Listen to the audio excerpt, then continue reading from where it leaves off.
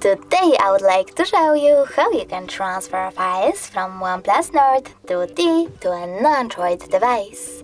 You need to begin by opening Play Store on both devices and installing free app called Send Anywhere.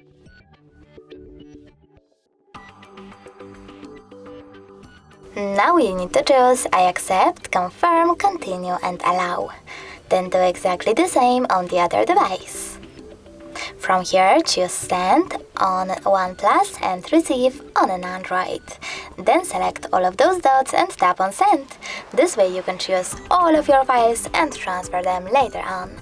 It will take a long time to transfer all of mine, so I will go into one of those categories.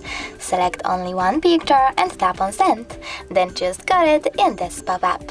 Now select No Thanks and close this window on an Android. As you can see, finally we have two ways to connect. We can input this key over here and then click on Receive button to connect those smartphones. But we can also scan this QR code. If you want to do that, tap on this scanning icon here, choose while using the upper only this time and point your device's camera at the QR code. Now, after a couple of seconds, as you can see, my photo was successfully sent. Thanks so much for watching. If you enjoyed this video, leave a like, comment and definitely subscribe. Bye!